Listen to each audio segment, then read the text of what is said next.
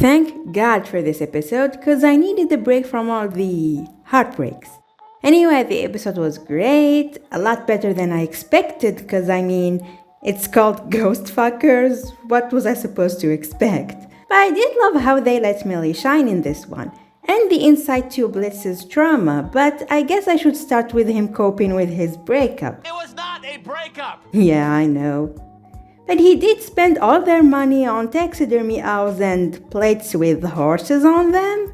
And that will definitely be a problem later. Bankruptcy! Bankruptcy! But maybe they'll get enough clients to balance it out, like this one, who asked them to kill a ghost that killed her, except ghosts aren't real, and Blitz should definitely know that. But I guess he just wanted to fuck a ghost so badly to get over Stolas that he forgot where people go when they die. But it didn't stop Millie from playing along, just to make him feel better, no matter how annoying he was. Like she did with Moxie in Unhappy Campers. She's just selfless like that.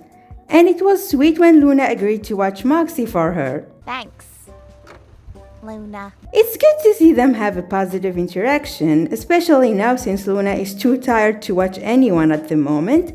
But in any case, they went to the hotel as Bethany Ghostf from the show Ghostf. What network would air a show called Ghostf? Anyway, the host, Rolando, whom I liked very much, was an infestor demon from the Envy Ring who can get into people's heads and mess with them. The problem is that after Blitz and Millie found out about him, he tried to kill them to keep his secret, which means he wasn't supposed to be on Earth.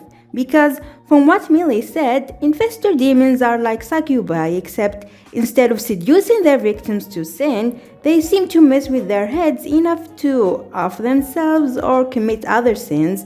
But if that was really the case with Orlando, then why would he kill 2 other demons for figuring him out? Maybe because he doesn't have permission to go to Earth. My guess is he did something in hell, maybe took out a loan he couldn't pay back, so he illegally escaped to the human world to be safe from loan sharks, or something like that. And the reason he was killing people is because he wanted to eat them because of this line. I can't wait to see how you taste. But anyway, I do find him and the concept of infestor demons interesting. It makes me think about what Leviathan is like. Considering Envy is objectively bad, he'll probably be like Mammon. They also seem to be the most racist/classist of the Hellborns, like that Karen in Western Energy and Glitz and Glam calling Fizz a fugly imp, and Rolando with this comment. Aren't you, little ones? But I kinda hope he didn't die, but his voice actor is famous, so I guess he did. Anyway, let's talk about the first time Rolando got into Blitz's head, right after Millie chastised him for everything. He made twisted versions of Millie who were all injured from their previous missions throw his insecurities back at him, and further rubbed salt in the wound with showing his mother burning because of his touch. And afterwards he told Millie not to touch him when she went to check on him, and told her that he makes everyone's lives worse, forgetting the 3 people whom he made their lives better.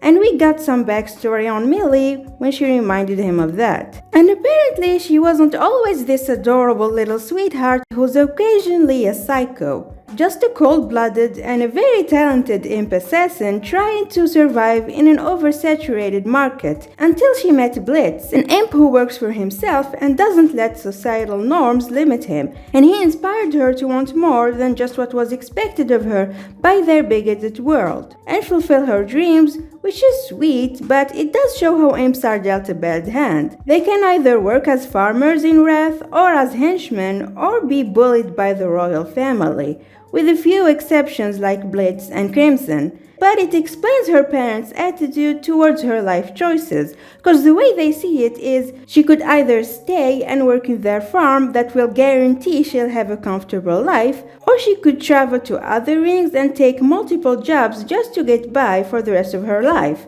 So it's understandable why they weren't so supportive. It also explains why she refers to Luna as Blitz's hellhound, as if he's successful enough to have a hellhound.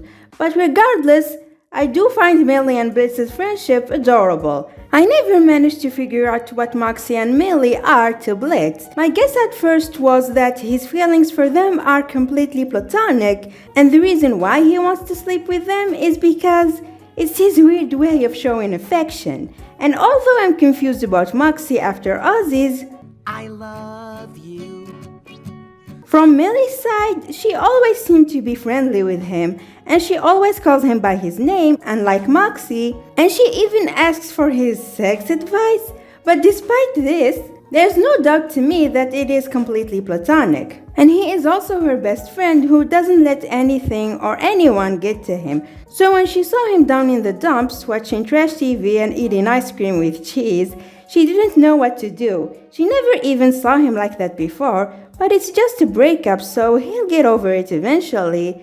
But the way he reacted after Orlando messed with him made her realize that he's not as tough as he makes himself out to be. Cause I don't think she thought he has no problems, just that he's this larger than life guy that can definitely handle them easily.